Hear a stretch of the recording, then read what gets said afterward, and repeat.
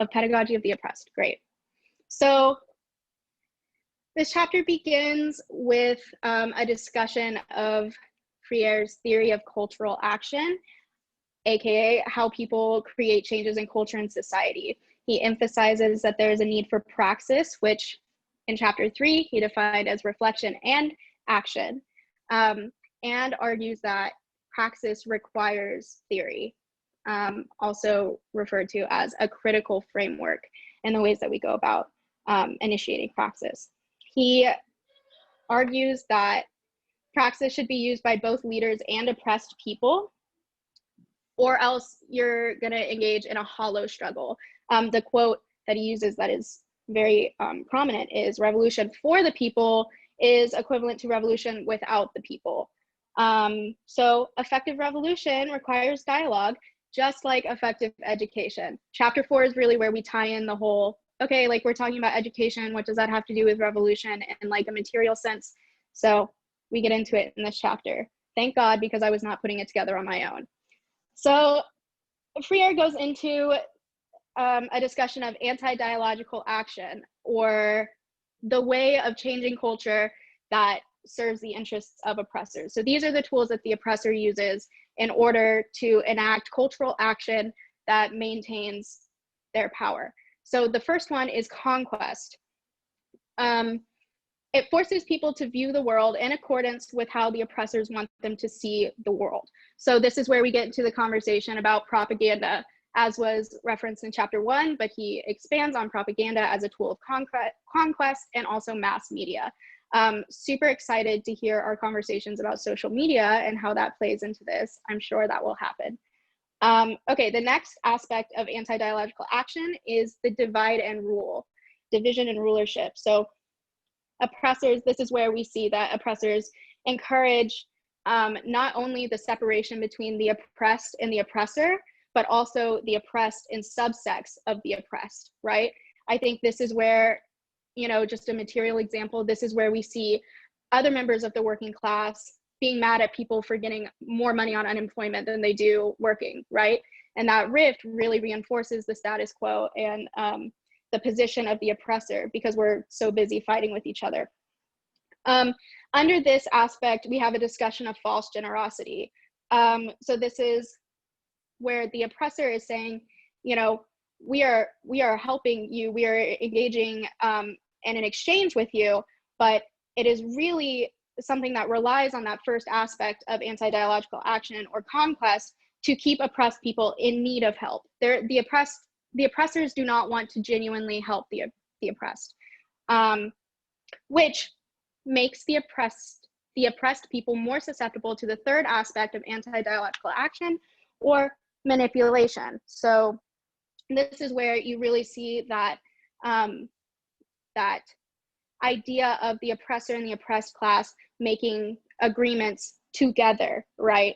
And this is where you're like, oh, but no, we do engage in dialogue with our oppressors.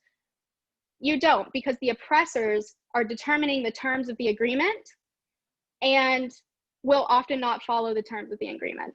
As an Indigenous person, this chapter, I just kept seeing, you know, United States and Indigenous relations reflected over and over again.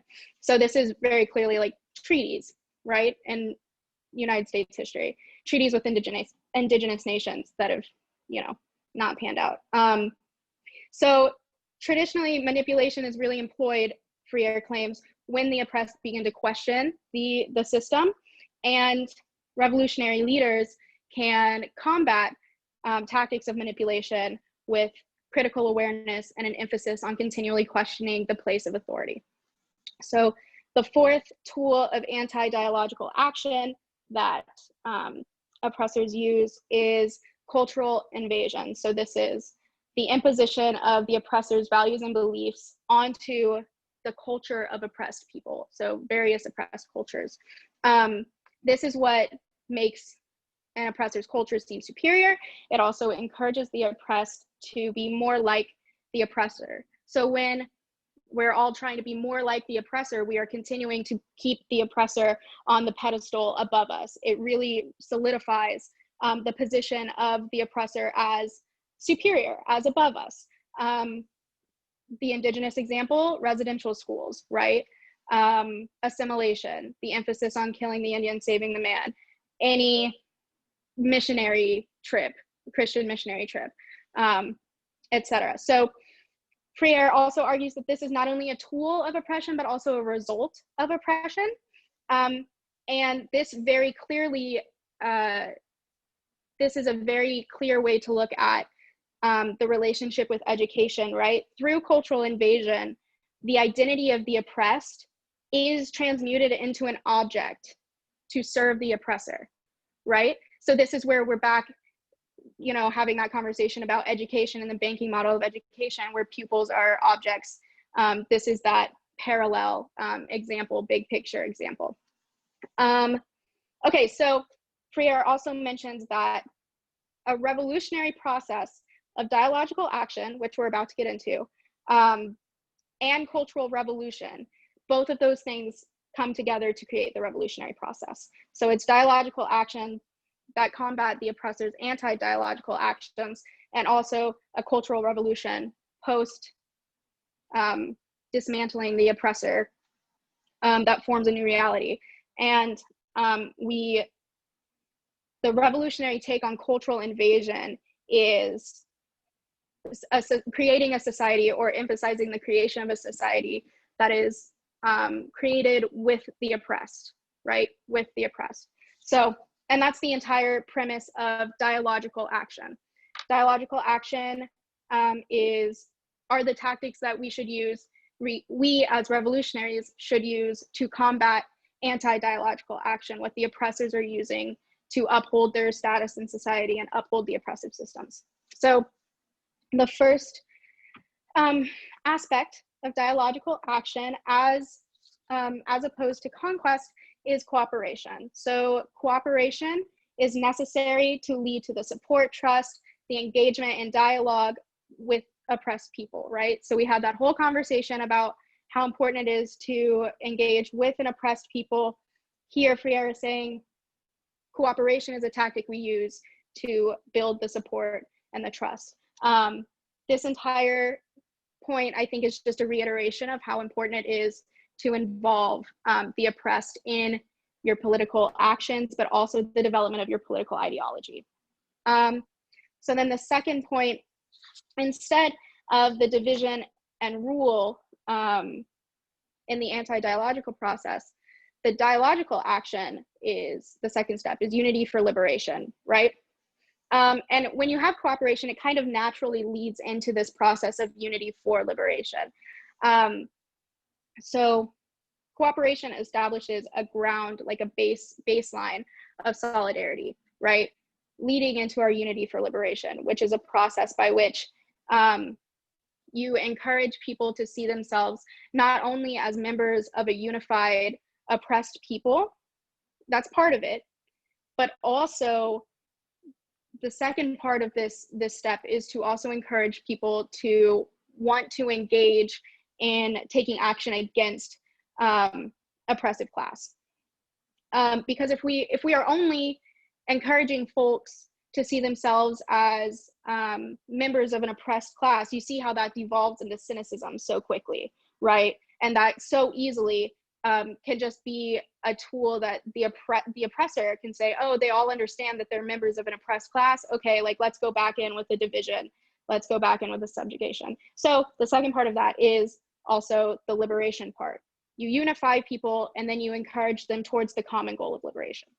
So in that unity, that second part, that encouraging towards a common goal of liberation, is kind of the tenet of organization instead of manipulation. So instead of manipulation, we have organization, which Freire claims is the natural result of unity, also calls it a highly educational process. This is again where we're seeing the entire discussion about education in the first 3 chapters coming into play and coming into like this parallel relationship with liberation at large.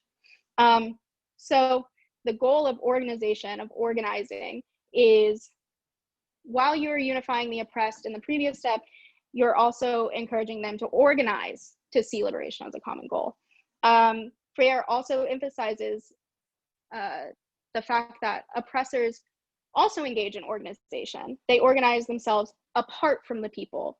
So how we keep from engaging in that oppressive organization, we organize themselves with the people. We organize ourselves with the people. And this requires that we understand that we as revolutionaries understand that we have an obligation to prove humility, trustworthiness, hope, love for the people, all of those things that we discussed as like tenets of effective dialogue. We have to prove that to the oppressed people that we are trying to guide through a liberatory process, which is very, very important to remember. So finally, instead of cultural invasion, Freire emphasizes cultural synthesis as an aspect of dialogical action.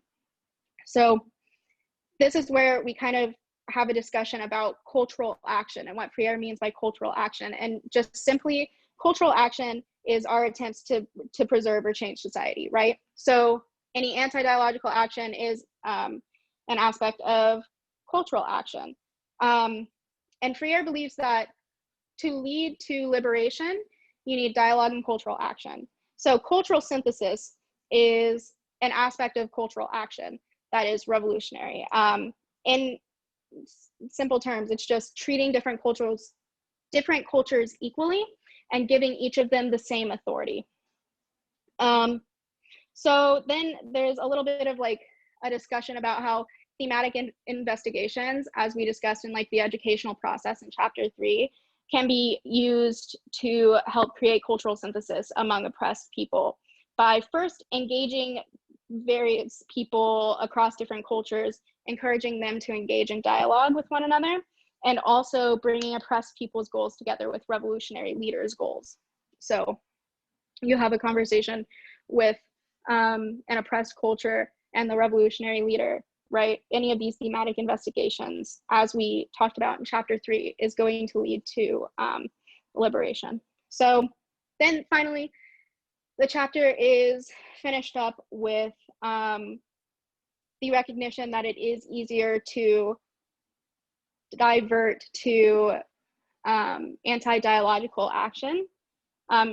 Obviously, the pathway of the oppressor is so much easier to involve yourself in than this liberatory pathway. But we have to remember that our overarching goal of this entire thing is to humanize all people. And Freire finally ends the entire book with the assertion that to him, this isn't cultural action and dialogue are not just theories. They are concrete tactics that people can and should use in the struggle for humanization or liberation or true freedom, the changing of society, etc. It's not just theory, he says, I'm telling y'all to do this, basically. So there we go. That's chapter 4 in 10 minutes. Did I suck at that, or do we have any thoughts? Did I miss anything that anybody else found really important?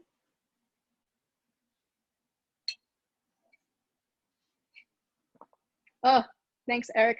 Yeah, thanks, Gabe. That was awesome. Thank you for that. Not a big deal. Not a big deal. Thanks so much. Sick. Cool. Then today, I guess I just kind of want to have a conversation about, I said I've really seen these aspects of anti-dialogical action very clearly, almost like strikingly clearly represented in like the history of Indigenous struggle in the United States. I also just finished a book, The Heartbeat of Wounded Knee, which is all about Indigenous history and struggle. So maybe that's what it is. So I'm curious to know if while y'all were reading this chapter, if you guys saw, like if any light bulbs went off in your head while you were reading, like what did any of this, was any of this really clearly represented in any historical moment or even personal moment, right? Because I think this chapter too also emphasizes how like all of these things are things that we engage in and should unlearn within ourselves when we're tackling the oppressor in our own mind or whatever. So all of my questions are so long, I'm going to shorten it. The question in essence is, while reading this, did any light bulbs go off in your mind in how you could apply these things to historical moments or personal moments or personal developments or anything like that?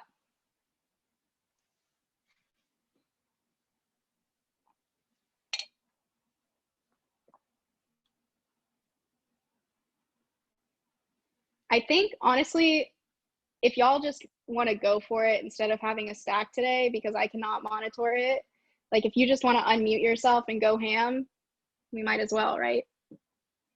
No more structure. So if you have something to say it. Or we can end it here. It's up to y'all. I can. Amanda. Oh, you. Sorry, go ahead, Gabe. Oh, look at now everyone's going. Everybody. I didn't know it was that easy, guys. Okay, so we're gonna do Gabe, Amanda, and then who was the last person? Sam. Okay, Gabe, Amanda, Sam. Gabe, go for it. I just a couple quick things to say. I think for me, like when Freire was talking about when he was covering the like tactics of oppression. I mean, globalization popped in my head a lot in the processes of globalization. Just thinking about like not just thinking about like these institutional bodies like the World Bank, and yes, also like missionary programs that go into countries and like instill certain like the oppressor ideology in, or attempt to do that with like indigenous populations. And another thing that popped in my head was some stuff that I read in this book called Gore Capitalism. I think written by Sayak Valencia. I might be mispronouncing her name, but and she talks specifically about like border territories where like and I think she's speaking from her own experience living in Mexico and visiting Tijuana, and talking about like how the ideologies and like the oppressor logic of like hyper consumption and has been so internalized that often you see it like directly turning into like, or you see it manifesting as like the body as commodity, and like selling bodies or violence to bodies as like just kind of a cog in this like capitalist and oppressive society where everyone's kind of just like stepping on each other to try to escape from like miserable conditions. And that's absolutely something that's been instilled by like European colonizers. So that was what I had to say. I wanted to know if anybody else wanted to talk about that. So do you think because I think that colonization itself is something that we can very clearly see all of these aspects of anti-ideological action in. So do you think clear. that like specific, that the imposition of the logic of hyperconsumption that leads to the body as commodity, do you think that is like manipulation? Is that conquest? What do you see that as in Freire's words? I mean, it's absolutely conquest if you think about like the conquest of other people's physical bodies, and it's also conquest in the sense of like conquest. I mean, I think like Freire definitely like divides, or he categorizes these different tools, but a lot of them I think overlap and lead into each other, and they're all like they may be like individual tactics, but so I think it's conquest in the sense that well, it's cultural invasion in the sense that like a people's like cooperative culture is being like wrung out and left to dry and said like this is this is not like a successful and a productive way of living. So it's like it's conquest of the culture and the resistance to that cultural invasion, but it's also manipulation in the sense that like that it's manipulation in the sense that over time these become like these like oppressive systems become internalized by the people, and to the point where like there is less and less to do for the oppressor, and a system is just like so internalized that oppressors can step away and like let things feed into them. I don't know if that makes sense, but No, that does make sense, and it sounds super hard also to say like manipulation in the current age is seen in the self-sustaining like systems of oppression that exist within society. So cool. Thank you so much for indulging me in that. Next on stack is Amanda.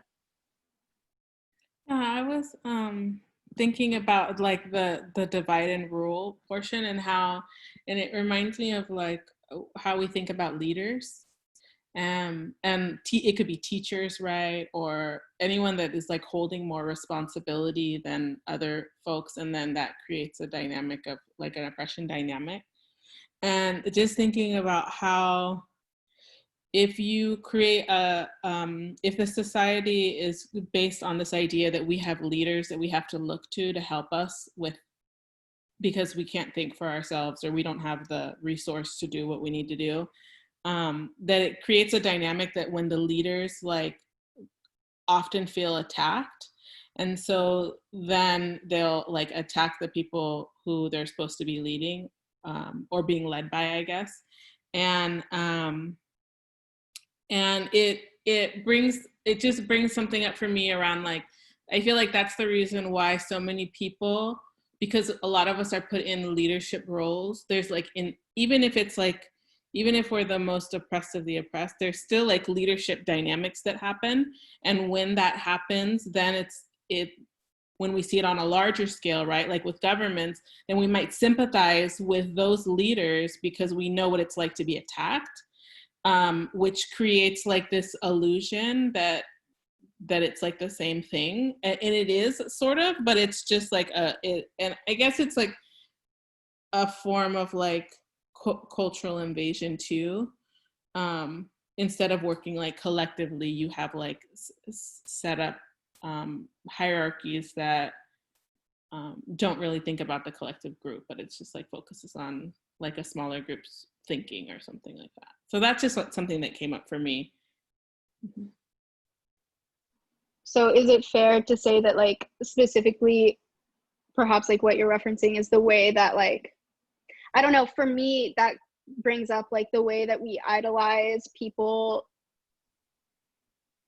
the way that I see a lot of people in my circles really idolize like Alexandria Ocasio-Cortez, right? And like really buy into the whole thing so that it leads to also trusting in the system itself. When you're identifying with those political figures or those agents of the oppressive state, you also like buy into the system itself. Is it fair to like make that like tangential connection with what you were saying?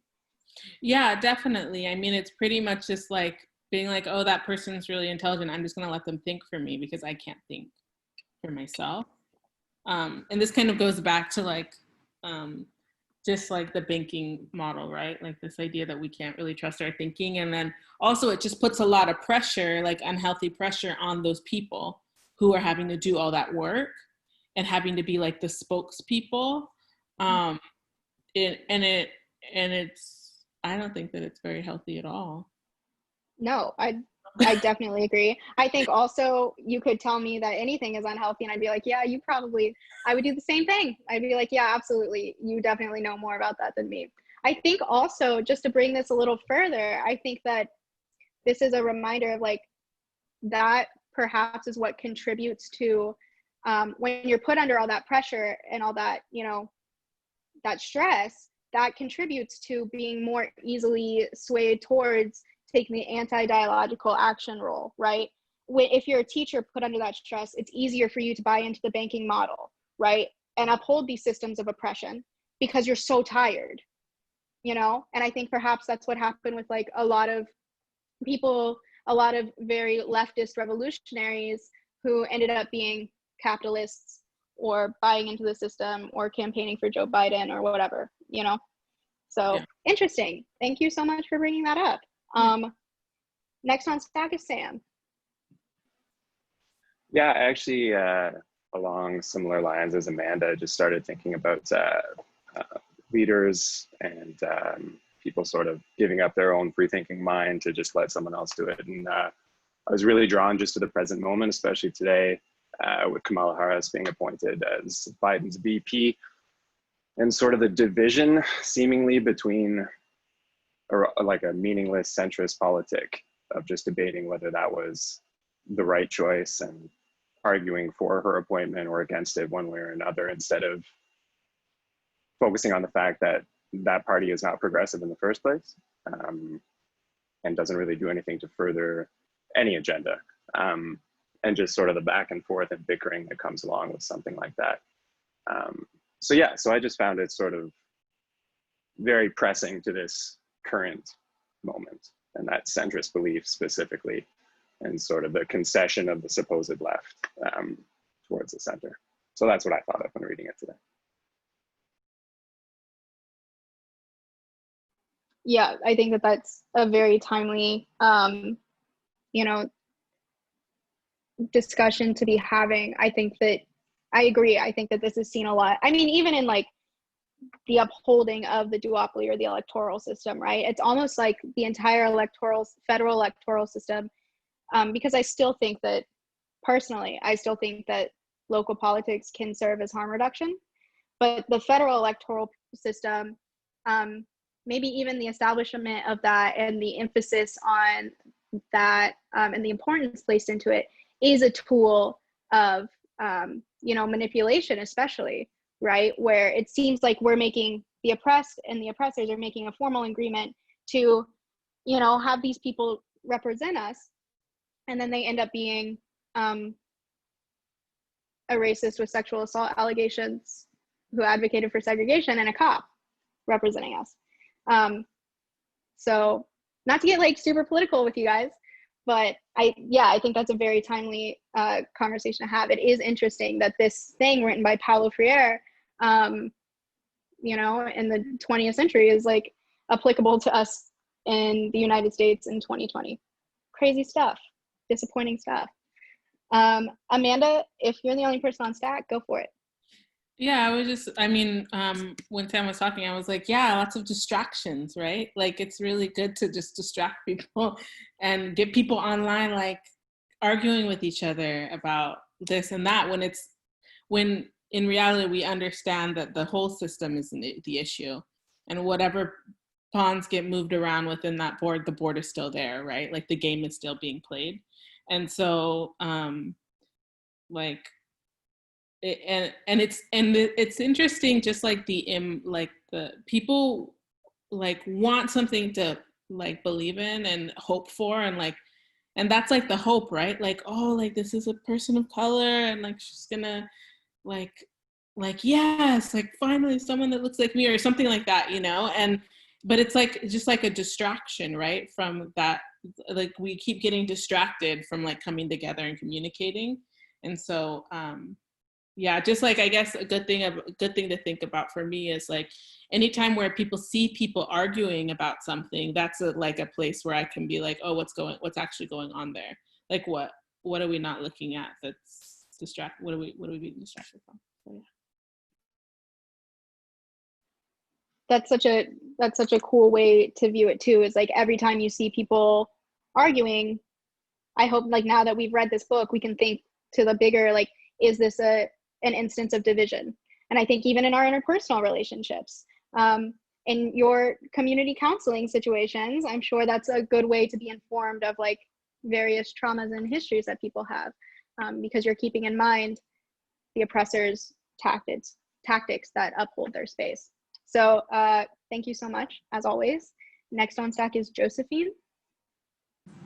Hi, I'm outside, so sorry if you can't hear me so well. I just wanted to respond to, I don't think I have anything major to say, but I had read something interesting about harm reduction today that I wanted to share with the group. And that, yeah, the conditions, it seems like the conditions of the roles produce like this, when you're talking about AOC and like people like not having the kind of ability to sustain within those systems, like the conditions of the roles are made to do that. So I don't think that that's like, if that makes sense, like it's built by default and to have those kinds of systems of power so that people are kind of locked in to the person above them, for example, if that makes sense. Does that make sense? I'm going to read the harm reduction thing, if that's okay, because I just thought it was interesting. It's this person named Ronnie Begum, and they were asking for actively using different language to talk about politics that don't refer to harm reduction, because harm reduction is a living, breathing, often criminalized model that was built by queers. And in their language, it's as in the fuck the police and the state, sex workers that can't access civil capitalism, and people who use drugs as in states fucked, people who use drugs to build something counter to the state. So they were just advocating for not using harm reduction basically when talking about politics, because harm reduction is not something that can be applied to state politics. Just wanted to put that out there. Awesome. Thanks so much for educating me. Yeah, I think that that's definitely a really valuable point, and I will be more mindful of my language going forward. So thank you for that. And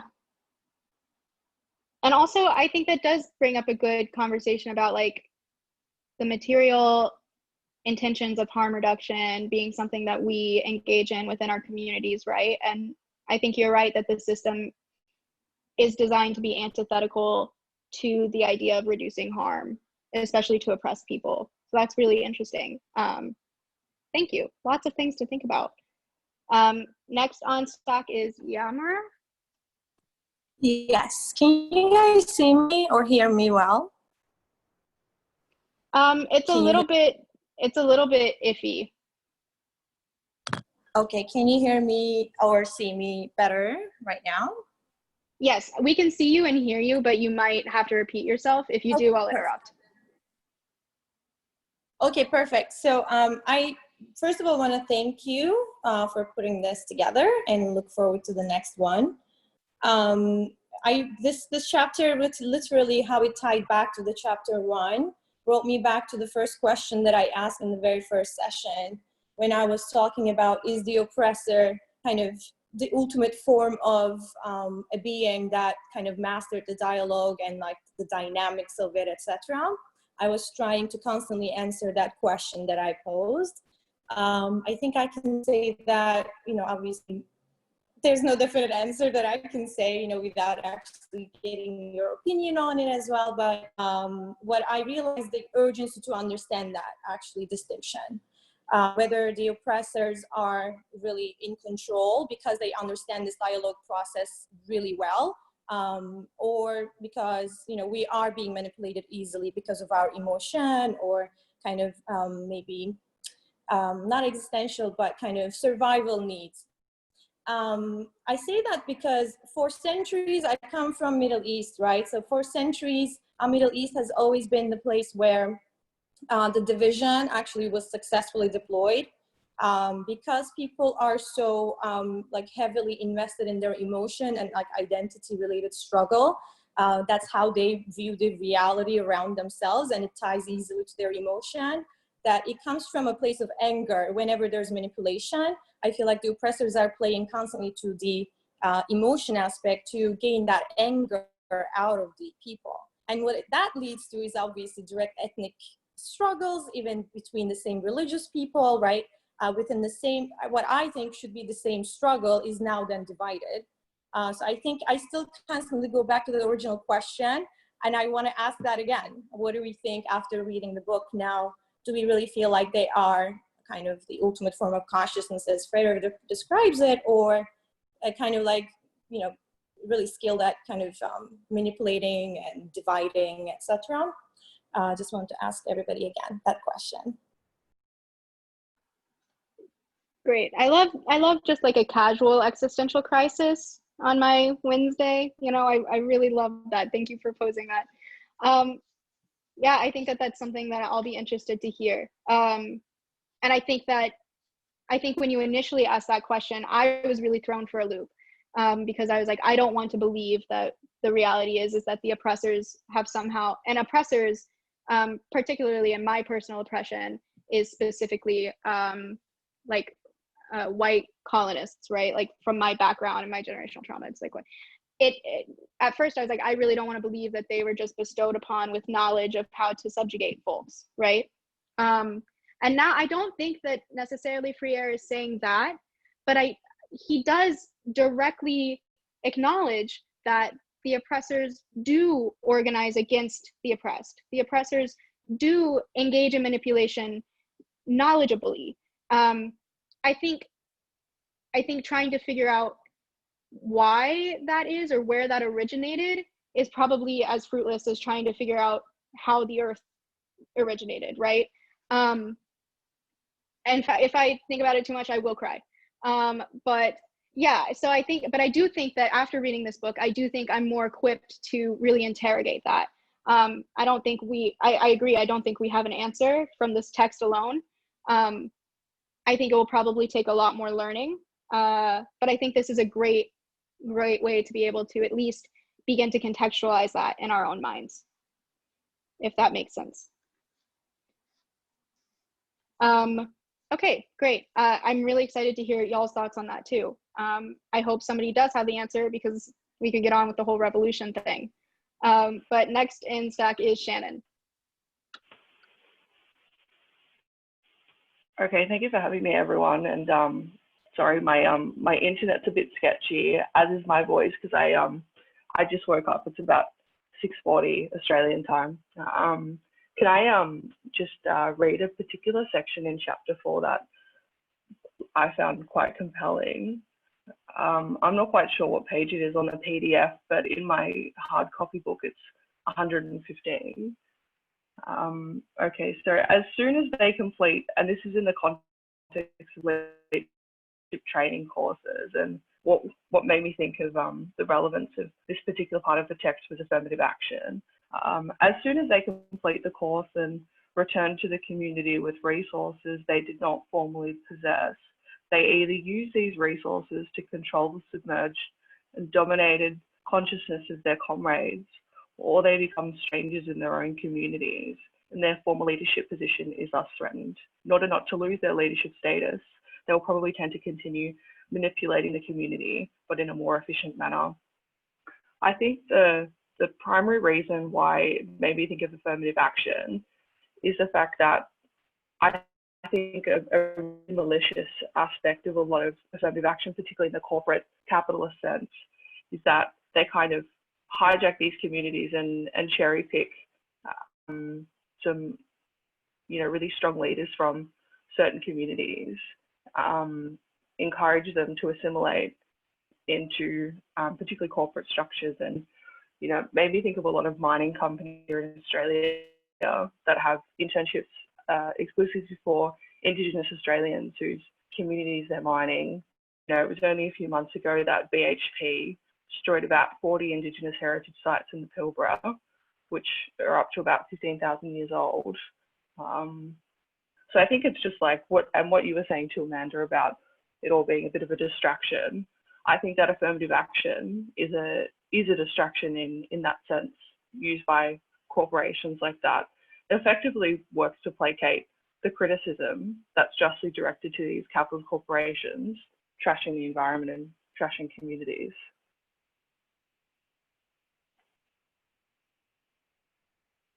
Yeah, I think that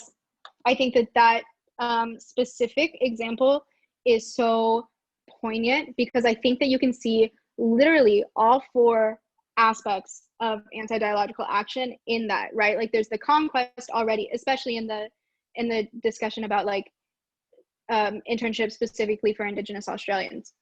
It's like there's already the conquest, right, of their land and people, and they're already oppressed. And then it's the division, right, choosing the best. And then the manipulation, where you think that you have a formal agreement between this person and this capitalist corporation, right, where the corporation is actually has determined the terms and could fire the person at any point for no reason, probably, you know what I mean? Like you see that manipulation in that relationship. And then obviously the cultural invasion of like, you get these people to engage in this corporate structure and to believe that this is what we should all be striving to be engaged in, effectively decimating like a cultural identity. So thank you so much. I think that's a really very multifaceted example of these aspects. Also very depressing. So great. Next on stack is Eric. Thank you all for this great discussion. It's really been bringing up a lot for me, and so I'm not sure how clearly I'll be able to tie things together, but in the past couple of years, I think it's because I'm 27 now and like I'm a Jew and I never really knew what that meant. I've been started to question that in myself, and that's really coincided with me starting to investigate what capitalism is and does and alternatives to it. What this conversation is bringing out in me is thinking about how Jews, I feel like, are almost a perfect example of a group kind of seamlessly going from oppressed to oppressor. And I think about it in terms of, some of what I've started to research is that Jews a couple hundred years ago, around the rise of capitalism, were not allowed to own land or be artisans or craftspeople. And because of Christian morality, were forced to be merchants and bankers. And that combined with literacy being like fundamental to Jewish philosophy and being able to read the Torah, created this incredible financial literacy and in the West, and so enabled this accumulation of wealth, of great wealth. And it was in, I think, the 20th century, after the Holocaust, with the creation of Israel and the rise of global capitalism, that I think, seamlessly and quickly, Jews went from, being oppressed to oppressors. And so much of that has to do with being protective of family and community, and that being such a high priority, so lacking this dialogical approach of identifying with oppressed peoples across cultures and backgrounds and places.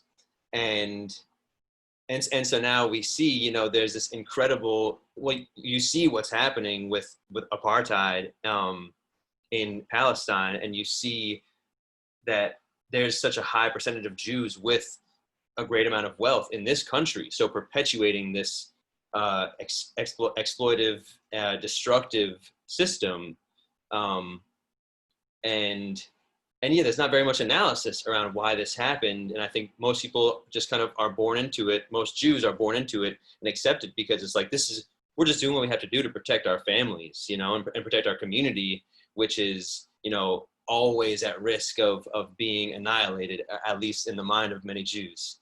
And I don't know, again, for me, like, it seems as if this you know, a kind of antidote to that is, it's just like breaking down, you know, this wall of like our community being Jews, that is, you know, some of that is inherited and conditioned into us. But it's like, if everyone did this thing of like, I must protect my family and my community, you know, without really thinking about what is the global struggle, what are the commonalities between struggles worldwide, that will be our destruction. And so that's what we're not going to do.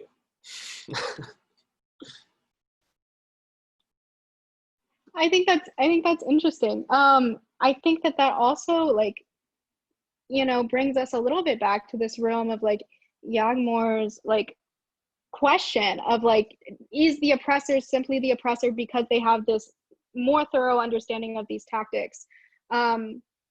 Is the oppressed because we've been focused on survival, right? Like, it's very interesting to consider that question in this like trajectory of Jewish history, which admittedly, I'm from Oklahoma. So when I moved to New York, it was my first time ever encountering Jewish people at all. So I'm not even going to speak on that. I don't know.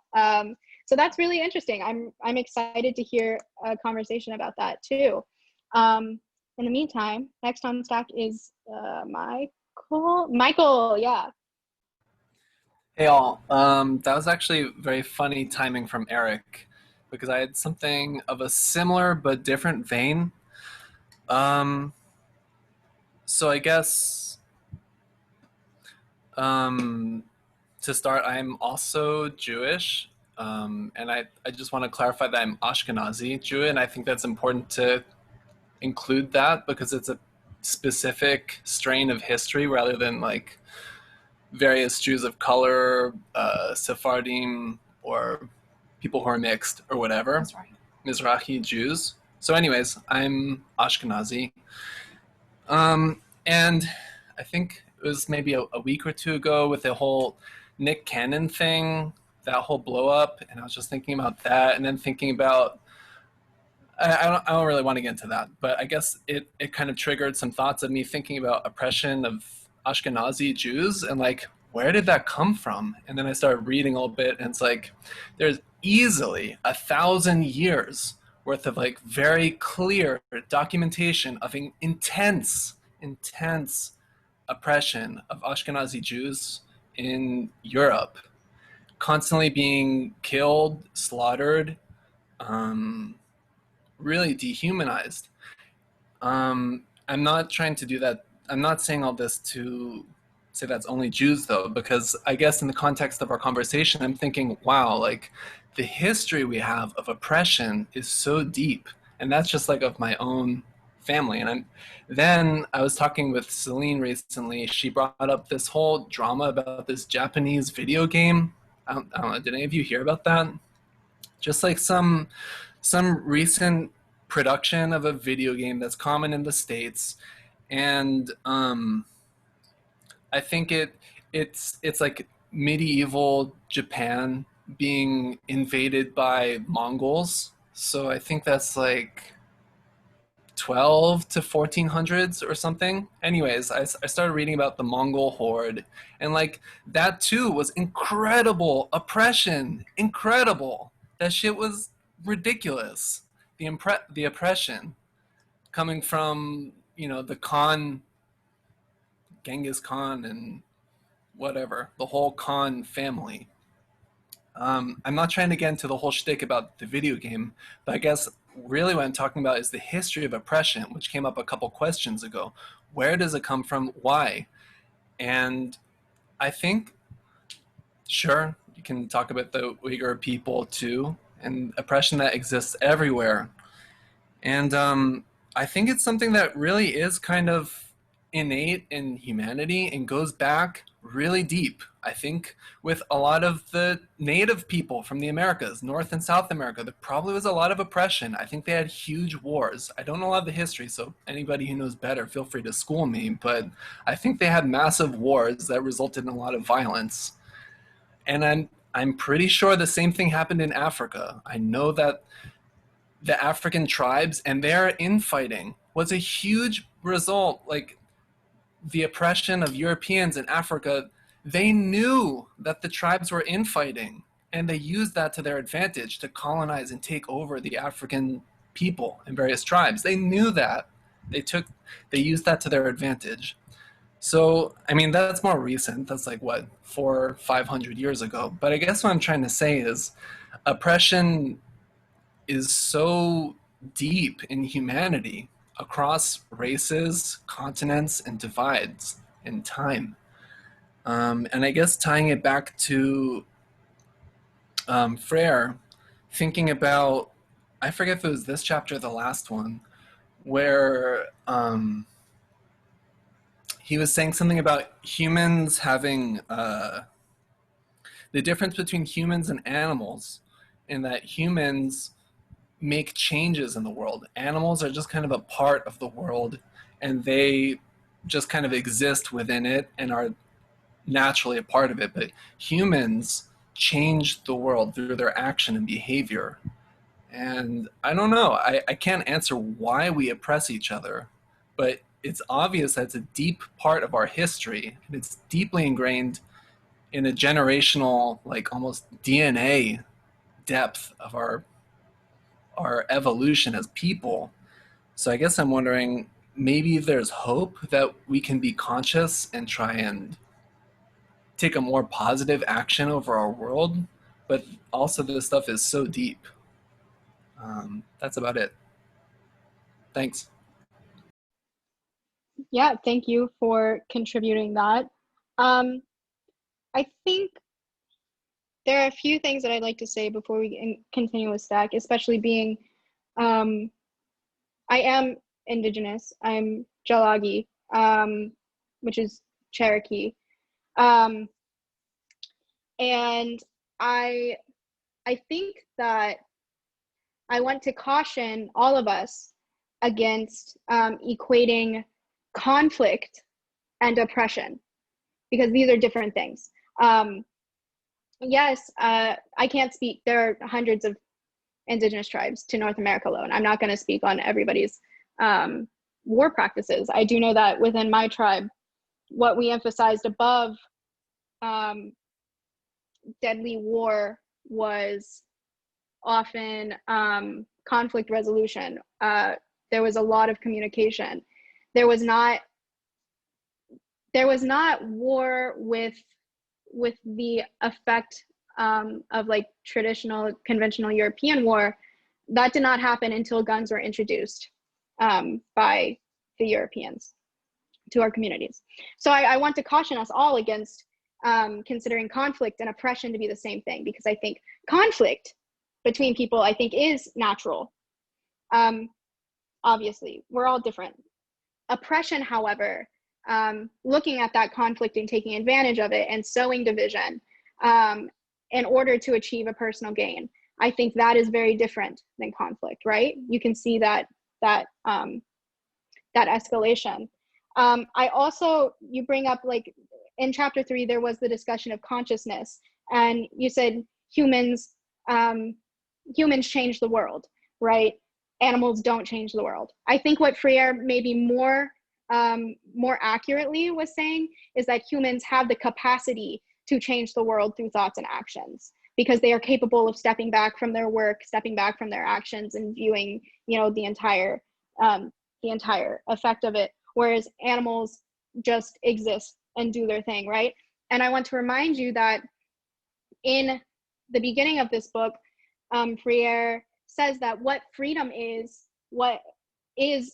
the knowledge that the world is not static, that oppression and oppression dynamics are not static and can be changed. Freedom is knowing that you can change the world. It's knowing that you can change the world, is a better way to say that. So that's all I have to say on that. And I know that some more people are on Stack in response. So Amanda, go for it. Yeah, I just want to appreciate both what Nick, Eric, and Michael talked about in terms of being Jewish, and And I'm gonna drop this in here because I think it might be helpful for folks. It's a map of internalized anti-Semitism for white Ashkenazi Jews in the U.S. And so if you want to get into why you have the patterns you do or your loved ones do, that is where it's at, my friends. And as an Indigenous woman, I look at this map and I can see how, as a person that has been targeted with genocide, that there's certain similarities, right? And one of the things that's one of the things that I've tried to learn more about is actually anti-Semitism, because it's a way that people are divided within movements. And so usually when you'll see social movements, you'll see, and this goes back to like the divide and rule piece, right? Like people who have been targeted are the ones that will get up and fight because they notice it, we see it, right, very clearly. But there's this interesting dynamic that happens with people of color and white Jews within movement spaces, right? And it's because we have developed certain types of patterns that are kind of are as a result of how we've been targeted.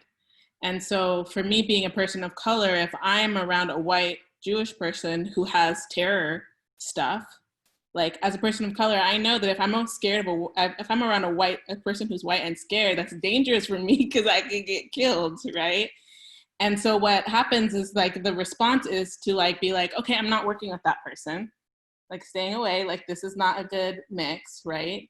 And then actually that's the oppression that Jews have been hit with in terms of isolation. And so it's kind of perpetuating. So what I've heard of it called is like a hook.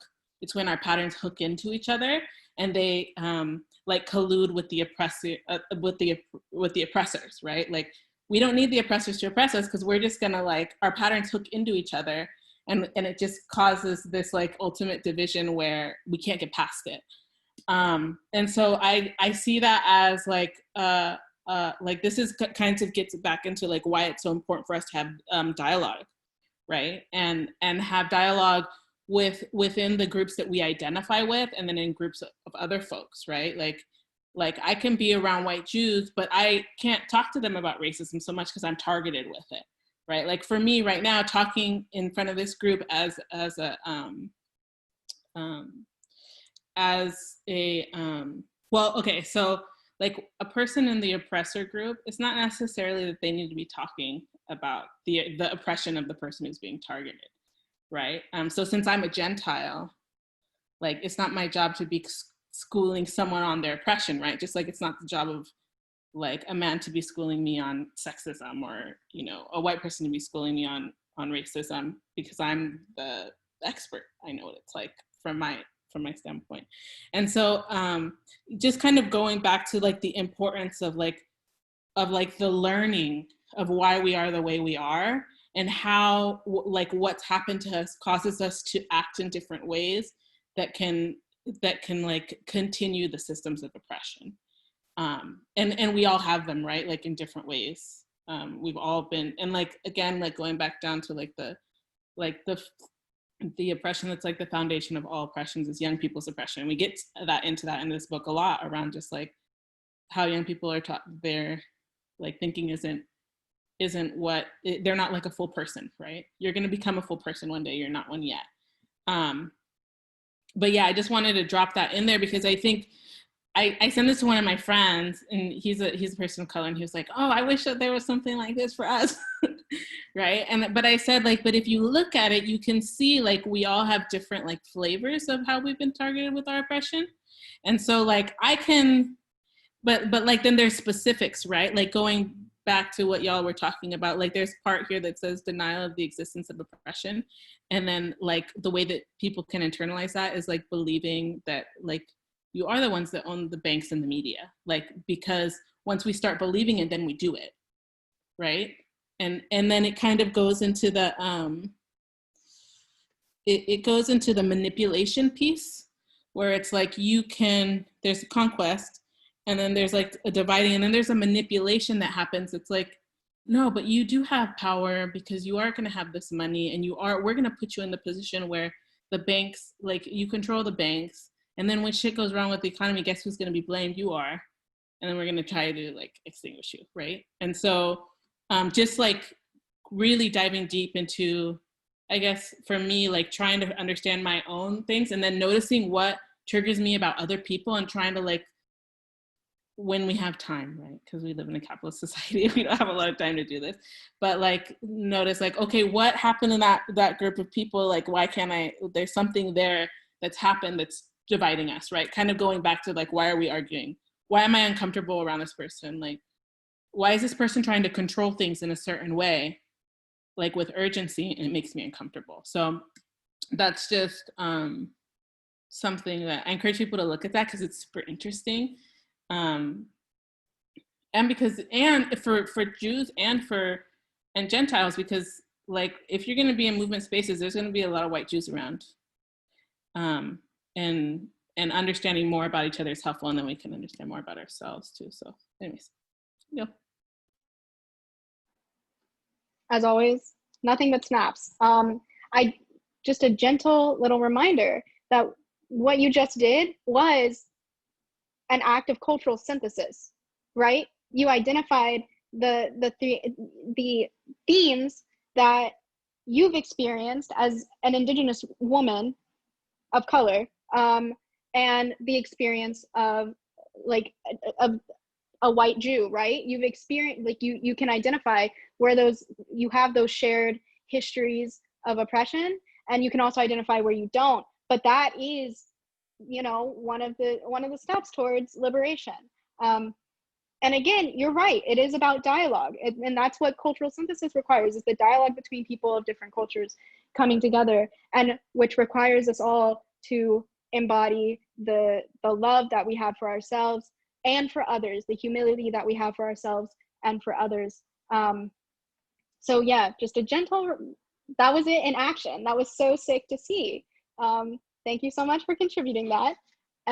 Next on stack is Yamor. I appreciate all the discussion today, obviously, as always. Wanted to go back to the question of the internalization of the text again, from Freire's words to our actions. So I learned that obviously the importance of dialogue, but the importance of also the fact that empowerment comes from within. So whenever we're engaging in dialogues, I think we tend to not just listen, but also kind of empathize, right, all the time, and maybe sometimes insert ourselves in that other pain, because we must, according to Freire's text again. But at the same time, realizing that whatever change of actions is going to take place towards liberation, it has to come from within. And that was something that I took personally away, that all of my previously invalidated emotions, thoughts, actions in my little ways were already towards, getting towards some kind of consciousness and critical consciousness. And it's going to continue happening till I stop breathing, right? It has to. So I kind of took that personally, that empowerment has to come from within.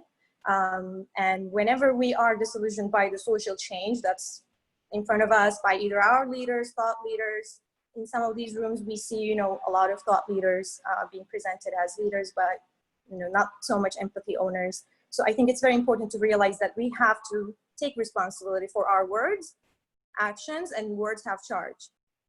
So I think I agree with everybody here. So far, everything that has been shared has been vulnerable, and I appreciate that. And I think I have done that in my own time as I was reading this text, that everything that will come out of this study every single day, it has to come through the internal empowerment that I will first create for myself. And again, as an oppressed person, being, a Sufi Muslim of color, like living here in the United States, it's just been really kind of living through, not just in a historical context from where I come from, but here in modern times, living through every day. All of us, I'm sure, everybody here, it's a smaller group today, we have been sharing these moments. It's just trying to feel more confident in our own struggle and then letting the empowerment happen. I think that's kind of what I learned personally. Just wanted to say that. No, I think that's a very valuable lesson, not only personally, but also I think that's what, my personal interpretation, I think that's what Freire is wanting us to learn, especially like modified for the current age. I think what he would encourage us to take from this is that at first we apply this entire process to ourselves, right? Because when we work through this and when we enact dialogical action against ourselves internally, I don't think get rid of the oppressor is the right thing to say, but we at least become aware of the oppressor within each of us. And then that way, when we engage in it as a teacher student or a student teacher with other people, we're capable of guiding them on a similar path. And in that way, we raise the consciousness of oppression, we create unity, and we have that large scale revolution, cultural awakening, whatever, that, right, is that humanization that is the goal. So I think that's a very, very important thing to take away from this, not only personally, but also ideologically. Thank you so much for saying that in such a fantastic way too. Would anybody else like to share like their bigger picture takeaway from this text, since it is the last chapter?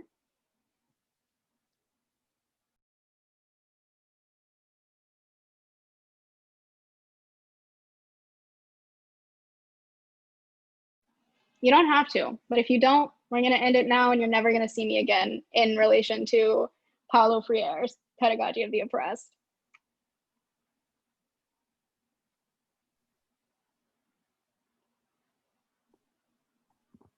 Yeah, that's a great question. If everybody here is reading it for the first time or have read it before, in a moment of stark vulnerability, I will let you guys know that this was my first time reading the book. I hadn't read it prior to this. I did not know what pedagogy meant prior to this reading group, but now I do. So yeah, this was my first time reading it. Did anybody read it? Was this their second time for anybody? Hi, this was actually my second time reading it. The first time I read it, ironically, it was for a class I was taking, and I felt like that class was doing the banking method of teaching, but it wasn't assigned reading in that class. But I do appreciate reading it again because I didn't pay as much attention the first time. Did you take anything from, not to like encourage you to stroke my ego or anything, but did you take anything from this group method approaching it that you didn't get from it the first time? I think so. Well, for one, this is only I wasn't here for the full group, so I attended the Zoom and then the previous one. But yeah, I think so, because compared to my classroom experience with the book, it looks like we've unpacked a lot more things than what I experienced in my class. And yeah, and also I think my experience in college with it was I don't know, like I think the professor kind of just like, we read it, we had some classroom discussion, but we never, I don't think we really brought it back to our individual class very much, or our college experience as much as I would have liked. And I don't remember, see, this was years ago, but I don't remember anyone, I guess, critiquing the nature of our own classroom. And I did appreciate how many of the people in this Zoom, I know some people are teachers. I appreciate people, thinking about how this affects their own teaching as well. And just generally how we move through the world. So I guess I would just say I felt like our analysis was a lot deeper than my classroom experience. Hell yeah, mission accomplished. Yeah, I think it's really ironic to think about like employing this text like in a classroom setting. It's almost like by bastardizing it, by teaching it through like a banking model, and it doesn't really sound like y'all unpacked like the larger implications of the text, but still like incorporating it into your syllabus. It's almost like delegitimizing a revolutionary movement, right? It's almost like a tool of the oppressor. Not to get like super conspiracy theorist on us all here, but it's almost like the overt tool of the oppressor in regards to like this text is like what Arizona did, like banning it in the high school system. I think the more covert action of an oppressor is to like employ this text in your syllabus, but not actually really explore it in this like meaningful way and this personal way that I think Freire intends for it to be explored.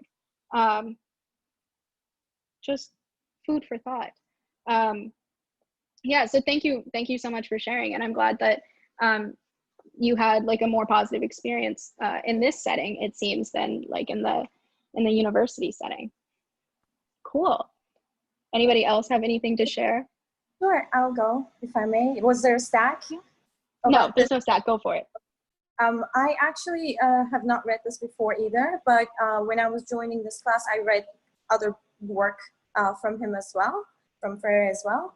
And I would recommend everybody to do the same thing, to read other work of his as well, because they go coherently together. And it sounds like maybe some of them are maybe because of the chronological order of ideas coming out of his work. Like some of them are more applied, some of them are more philosophical. I found them very complementary. They go really well together. And when all those things put together, I think more can come out of it for next steps. If you guys want to go read everything else, I would recommend it. On my way to ordering the Paulo Freire box set for my my bookshelf. Yeah, that's super cool. I in the survey that I will send out, I will include a question of like, are there other books that you'd like to see reading groups on? As well, just, you know, more me trying to get you guys to fill out the survey that I will send out. And then for sure, if you know, we can have a discussion about choosing one of those. And then I wanted to create space to read the message from Sase. She says, my audio isn't working, but we discussed a chapter of this in one of my classes, and it was actually done in a non-banking way that I thought was good. But of course, life includes more than class, and students didn't necessarily read it to get the benefit from it. Yeah, and then Josephine brought up that the system of the university creates the conditions, such as less emphasis on individual professors, but the professor replicating a model of oppression that they were taught. Yeah, definitely. That's what I think also, I was gonna say, the irony of employing this text in your syllabus, but also like the bigger picture irony of employing this text in like an institute of higher education, right? That basically operates on a banking method, just like large scale.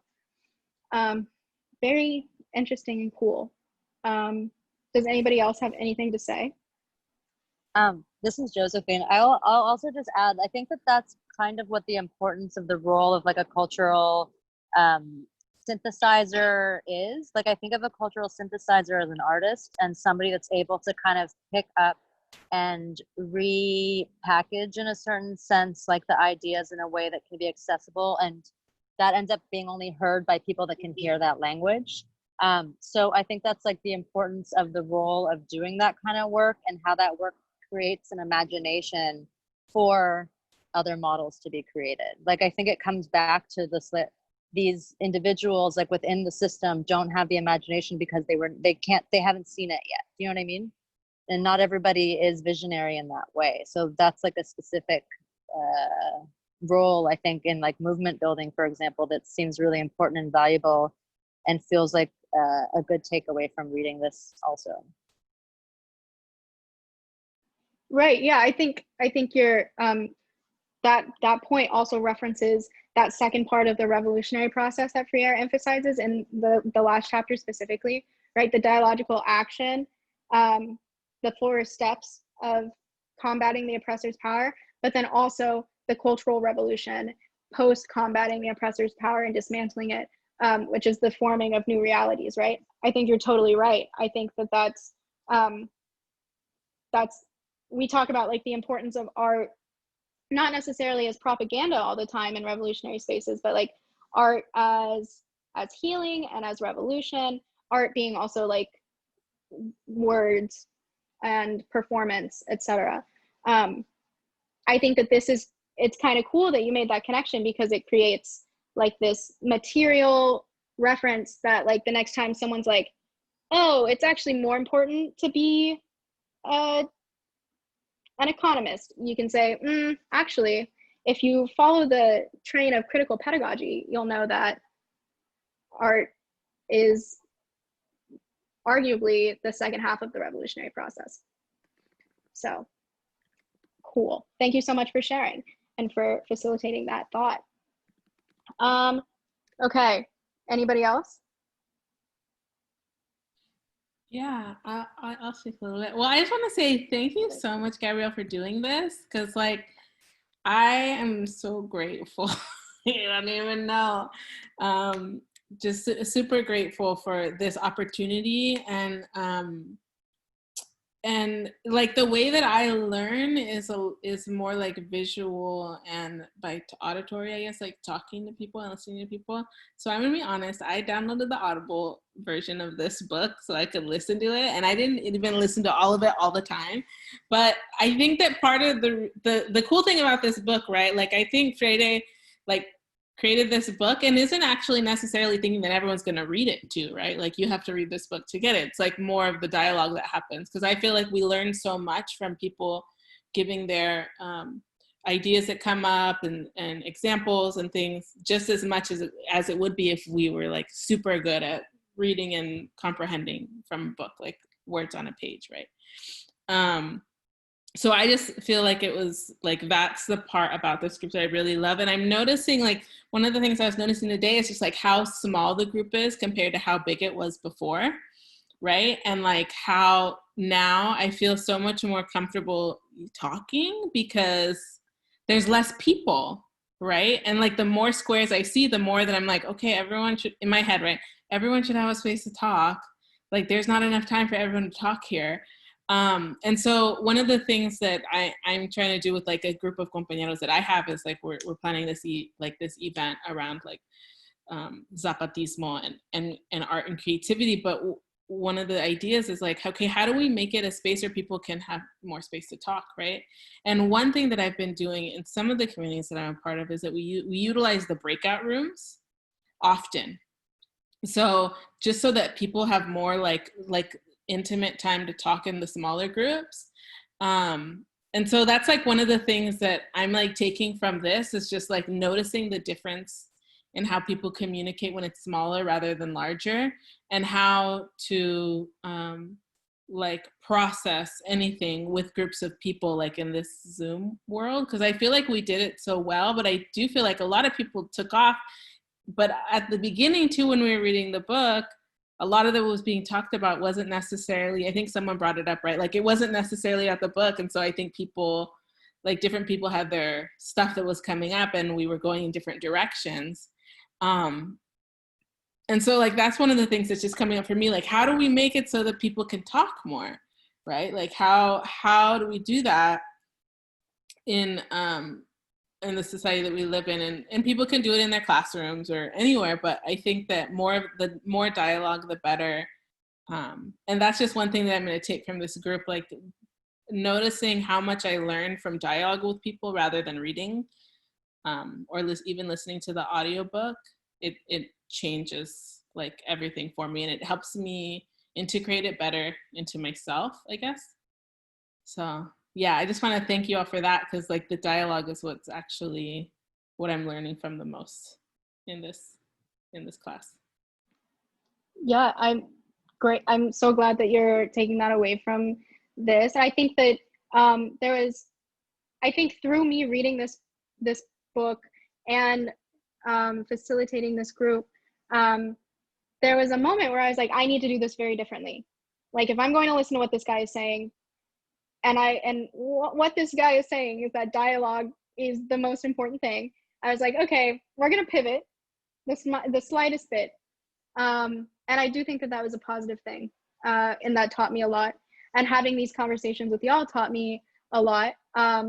Also, in the name of transparency, there are a couple of times that I read the chapter, and I did push myself to read all of the chapters, and then at the end of it, I was like, I don't know what I read. I don't know what that was. And And so I came into the group and I was like, I'm going to be wrecked today. They are going to destroy me. But what actually happened was, coming out of our conversation, I had a much more thorough understanding and involved understanding of what I read and how to implement that into the day-to-day reality, which I think if Paulo Freire had his way, he would not have necessarily written a text. I think it would have been something very different. And that's something that's very important to keep in mind. And I'm glad that you took that away from this group. Cool. Providing space for anybody else who has anything to say. But if not, I'll go ahead and just say thank you guys so much for being involved in this with me. I am fairly easy to reach through email or social media or anything like that. So if you ever need anything from me that I can provide, I'd be happy to do it.